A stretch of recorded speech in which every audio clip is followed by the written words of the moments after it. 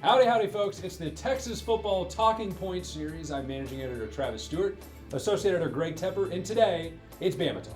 Alabama, the biggest game on the Aggie schedule, the one that everyone in maroon and white is going to be talking about after the theatrics of last year. So, Greg, without giving away too many trade secrets, magazine's not out yet. Aggies, Alabama, handicap. Whew. It's going to be great. I know I'm going to be sitting down. Is that you wanted one? Okay. Okay. I think you have to take it in a lot of different ways because with Alabama, the last team to really punk them, to really beat them like A&M did, was LSU. And when they got their chance against them at the national championship game, they pretty much tore LSU limb from limb. There's that. But LSU didn't have the reigning Heisman Trophy winner. They didn't have Johnny Football. They didn't have an still outstanding offensive line and a group of young players that can light up the scoreboard. I think, look, there's going to be a ton of hype surrounding 9-14-13, and every single bit of it is going to be worth it. I think it's going to be the game of the year. Here's how you approach it, or how I approach it in my head. A&M brings back the best player on the field. Oh, no Johnny Manziel, no doubt. I think they actually bring back the second best player on the field, and that's Jake Matthews, their tackle. Right. Other than that, I feel like Alabama's got advantages at a lot of positions, especially defensively when A&M's not bringing back a whole lot of experienced guys. Stephen Jenkins, back, that's fantastic. Tony Hurd in the secondary, one of my favorite defensive backs in the state, that's great.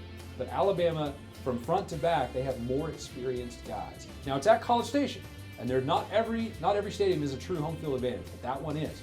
I think if this were any other team, if Johnny wasn't on this team, it would be very tough to not go against Alabama because of what they bring back, because they've won all the national championships, because of Nick Saban.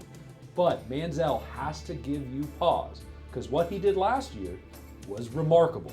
And you have to wonder if that guy, intangible coming, I know you're about to get sick to your stomach, you have to wonder if that guy has Alabama's number. No, you're right, and maybe he's just got that magic. Well, okay, no, he does have that magic. We saw that last year. So that's a foregone conclusion. Exactly.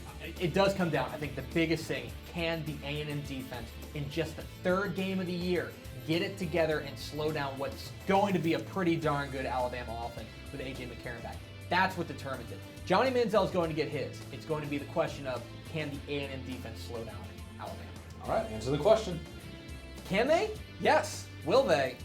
Who knows? Isn't that good? I think it's a key game, too, because if they don't beat Bama, you and I both think that Georgia's probably going to go undefeated. Probably. Which almost never happens these the days. SEC title game. But I think they will go undefeated up to the SEC title game, and then it becomes a question. If A&M loses to Bama and Georgia loses to Bama in the SEC championship game, and they're both 11-1, who's going to go to that last BCS bowl? It's going to be tough not to see Georgia. That's going to do it for the Texas Football Talking Point. I'm Travis Stewart, Managing Editor, Greg Tepper, Associate Editor. We'll see you next time. DCTF Talking Points produced by JPTV. Find us on the web at jeffpowertv.com.